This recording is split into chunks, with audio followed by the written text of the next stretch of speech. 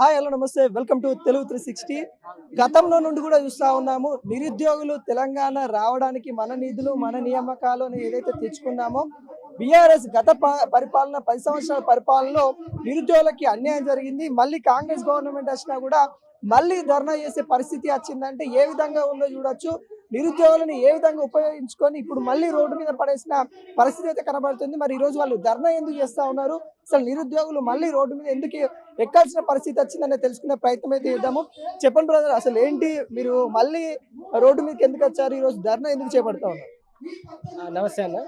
మేము ఏదైతే గత ప్రభుత్వంలో ప్రభుత్వము ఎన్నికల వాళ్ళ మేనిఫెస్టోలో ఏదైతే ఉద్యోగ నోటిఫికేషన్లు సంవత్సరంలో 2 లక్షల ఉద్యోగాలు విడుదల ఫిల్ చేస్తామని చెప్పేసి హామీ ఇచ్చారో, ఆ హామీ ప్రకారం 2 లక్షల ఉద్యోగాలు ఫిల్ చేయాలి. జాబ్ క్యాలెండర్ విడుదల చేసి ఆ జాబ్ క్యాలెండర్ ప్రకారం నోటిఫికేషన్లు ఇచ్చేసి ఆ నోటిఫికేషన్లు ఫిల్ చేస్తామని చెప్పేసి అన్నారు. బట్ గతంలో జాబ్ క్యాలెండర్ అయితే విడుదల చేశారు. బట్ ఆ జాబ్ క్యాలెండర్ ప్రకారం ఏ రకమైన నోటిఫికేషన్స్ విడుదల చేయలేదు. ఆ నోటిఫికేషన్స్ విడుదల చేసి వెంటనే ఉద్యోగాలు భర్తీ చేయాలని చెప్పేసి మేము డిమాండ్ చేస్తూ ఈ రోజు ఇక్కడ ధర్నా చేయడం జరుగుతుంది. ఏదైతే గత అక్టోబర్లో విడుదల చేయాల్సిన పవర్ సెక్టార్ నోటిఫికేషన్ కానీ, ఇంజనీరింగ్ నోటిఫికేషన్ కానీ, ఇంకా ఇతర నోటిఫికేషన్ కానీ ఏవైతే ఉన్నాయో అవి అక్టోబర్లో ఎస్సీ సబ్ డివిజన్ అని చెప్పేసి ఒక సాకు చూపిస్తూ అక్టోబర్ నుంచి వెళ్ళి 2025 ఏప్రిల్ వరకు అదే సాకు చూపిస్తూ ఆల్మోస్ట్ 6 months కాలయాపన చేశారు. ఏప్రిల్లో మనకు ఎస్సీ సబ్ డివిజన్ కూడా ఆమోదం వచ్చింది. ఇప్పుడు అది ఆమోదించి కూడా ఆల్మోస్ట్ 2-3 months అవుతుంది. సో ఆ 2-3 months నుంచి కూడా ఎటువంటి నోటిఫికేషన్ విడుదల చేయకుండా ఇంకా కాలయాపన చేస్తూ నిరుద్యోగులను వేదన గురి చేస్తున్నారు. కాబట్టి వెంటనే ఉద్యోగ నోటిఫికేషన్లు విడుదల చేసి ఉద్యోగాల భర్తీ చేయాలని చెప్పేసి డిమాండ్ చేస్తూ ఈ రోజు దేశంలో ఎక్కడ లేని విధంగా 56,000 జాబ్స్ ఇచ్చింది కాంగ్రెస్ గవర్నమెంట్. ఛాలెంజ్ విసురుతా ఉన్నాను, ఇలా ఇచ్చిన గవర్నమెంట్ ఏ ప్రభుత్వమైనా ఉందో మా ముందుకు రండి అన్నట్టు కూడా ఛాలెంజ్ విసిరిన ప్రసక్తి కనబడతా ఉంది. ఇలా చూస్తాను.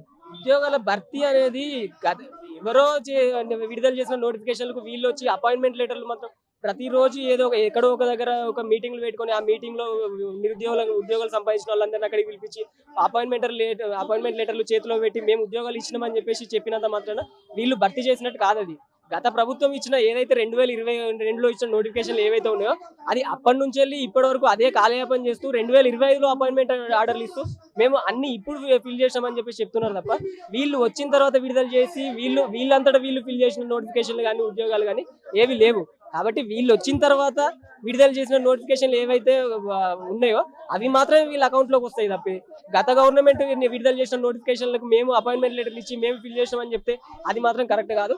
ఇది నిరుద్యోగులు నిరుద్యోగులు వీళ్ళు చదువుకొని వాళ్ళని మోసం చేస్తారు కావచ్చు. చదువుకున్న వాళ్ళను నిరుద్యోగులు అంటే వాళ్ళు ఆల్రెడీ డిగ్రీలు బీటెక్లు ఎంటెక్లు కంప్లీట్ చేసి ఇక్కడ వరకు ప్రభుత్వ ఉద్యోగాల కోసం పోటీ పడుతున్న వారికి ఏం తెలియదు అని చెప్పేసి ఏదో మభ్యపెట్టి వాళ్ళని ఇంకా మోసం చేద్దాం అనుకుంటే మాత్రం ఎవరు మోసపోరు. ఇది తెలియని వాళ్ళు నమ్ముతారు కావచ్చు. కాకపోతే ఏదైతే ఎలక్షన్ టైంలో నిరుద్యోగులు ఎవరైతే ఇంటింటికి తిరిగి మాకు ఉద్యోగ నోటిఫికేషన్ రావాలంటే కాంగ్రెస్ ప్రభుత్వం ఓటేయండి చెప్పారో ఇప్పుడు కూడా అదే నిరుద్యోగులు మళ్ళీ ఇంటింటికి వెళ్ళి వీళ్ళు ఏ రకమైన నోటిఫికేషన్లు విడుదల చేస్తలేరు, జాబ్లు ఇస్తలేరు అని చెప్పేసి మళ్ళీ ఇంటింటికి ప్రచారం కూడా చేస్తారు. అది కూడా ఇంకా ముందు ఉంటుంది. ఒకవేళ ఇప్పుడు ప్రస్తుతం కనుక నోటిఫికేషన్ విడుదల చేయకపోతే ఇంకా ముందు అది కూడా జరుగుతుందని చెప్పేసి మేము చెప్తున్నాం. కాబట్టి వెంటనే జాబ్ నోటిఫికేషన్ విడుదల చేసి నిరుద్యోగులకు న్యాయం చేయాలని చెప్పేసి ముఖ్యమంత్రి గారిని కోరుతున్నాం. అంటే గతంలో బీఆర్ఎస్ ఓడిపోవడానికి కాంగ్రెస్ రావడానికి ప్రధాన ప్రాతినిధ్యం ఎవరంటే నిరుద్యోగులు అని చెప్పుకోవచ్చు. అలాంటి వాళ్ళని మిమ్మల్ని పట్టించుకోవట్లేదంటే ఏం చెప్తారు? మన అధికారంలోకి రాకముందు ఒకలాగా, అధికారంలోకి వచ్చిన తర్వాత ఒకలాగా అన్నట్టు ఉంది ప్రస్తుతంలో ప్రభుత్వ పరిస్థితి. ఏదైతే అంతకుముందు ఉన్న ప్రభుత్వానికి బీఆర్ఎస్ పార్టీ కానీ కాంగ్రెస్ పార్టీ కానీ వచ్చిన మార్జిన్ కేవలం 1% ఓట్లు మాత్రమే. ఆ 1% ఓట్లు కూడా నిరుద్యోగులది 2-3% ఓట్లతో మాత్రమే. నిరుద్యోగులు ఇంటింటికి తిరిగి అందరినీ చెప్పి మరి కాంగ్రెస్ పార్టీకి ఓట్లు వేయించడం వల్లే వీళ్ళు గెలిచింది తప్పితే వీళ్ళ సొంతంగా వీళ్ళు గెలిచింది కాదు. నిరుద్యోగులను వీళ్ళు పట్టించుకోకపోతే మాత్రం మళ్ళీ గత ప్రభుత్వానికి బీఆర్ఎస్ ప్రభుత్వానికి ఏదైతే పరిస్థితి వచ్చిందో మళ్ళీ అదే పరిస్థితి ప్రస్తుతం కాంగ్రెస్ ప్రభుత్వానికి కూడా వస్తుంది. ఒకవేళ మనకు అది రాజ్యాంగం ప్రకారము అధికారంలో ఉన్న పార్టీని దించే పరిస్థితి లేదు. ఒకవేళ అట్లాంటి పరిస్థితి కనుక మనకు నియమాలు కనుక వస్తే ఈ పార్టీని నిరుద్యోగులందరూ కలిసి ఇప్పుడు 1.5 year లోనే మళ్ళీ దించేందుకు కూడా రెడీగా ఉన్నారు. వీళ్ళు ఇంకా నోటిఫికేషన్ ఇవ్వకపోతే మాత్రం మనకు రాజ్యాంగం ప్రకారం అట్లాంటి నియమాలు కనుక తీసుకొచ్చుకొని ఇట్లాంటి ప్రభుత్వాలను కూలవలసిన పరిస్థితి కూడా అదే అట్లాంటి పరిస్థితులు కూడా రావచ్చు ముందు.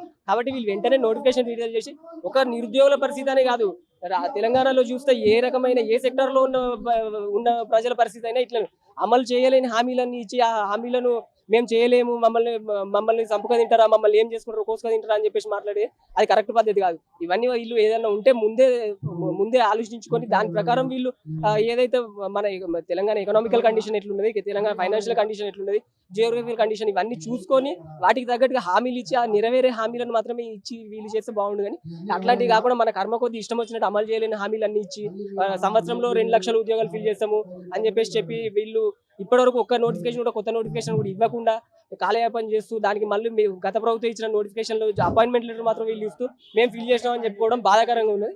దీన్ని నిరుద్యోగులు మాత్రం ఇంకా ప్రస్తుతానికి కూడా ఇంకా ప్రభుత్వం మేల్కోకపోతే నిరుద్యోగులు దీన్ని ఇంకా తీవ్రతరం చేసి ఉద్యమాన్ని తీవ్రతరం చేసి ప్రభుత్వాన్ని గద్దెదించేంత వరకు కూడా పోరాడుతుంది. ఇది ఇక్కడ నిరుద్యోగులు చెప్తున్న పరిస్థితి కనబడుతుంది. ఒకసారి మనం అంతా క్లియర్ కట్ గా చూడొచ్చు. నిరుద్యోగులకు సంబంధించి మొత్తం ధర్నా చౌక్ అయితే వచ్చిన పరిస్థితి కనబడుతుంది. ధర్నా చేపడతా ఉన్నారు. రాజ్యాంగంలో ఎవరైతే మేనిఫెస్టోలో ఇచ్చిన వాటిని నెరవేర్చకుండా ఉంటే అంటే సీఎం నుండి తప్పుకోవాలని అలాంటి రూల్ తీసుకొస్తే ఇప్పటివరకు సీఎం పదవి వెళ్ళిపోతుంది అనే విధంగా వాళ్ళు ఆవేదన వ్యక్తం చేస్తూ ఉన్నారు. ఎందుకంటే వాళ్ళకి ఇస్తా ఉన్న 2 లక్షల జాబ్ క్యాలెండర్ కావచ్చు, ఇప్పటి వరకు కూడా నోటిఫికేషన్ ఇవ్వకుండా గత ప్రభుత్వం బీఆర్ఎస్ ప్రభుత్వం ఏవైతే నోటిఫికేషన్స్ ఇచ్చి వాళ్ళు ఫిల్ చేసే ఏదైతే ఆఖరి దశలో ఉన్న వాటికి వీళ్ళు నియామక పత్రాలు ఇచ్చి 56,000 జాబ్స్ ఇచ్చామన్నట్టు కూడా కాంగ్రెస్ గవర్నమెంట్ అయితే చెప్పుకుంటున్న తరుణం అయితే కనబడతా ఉంది.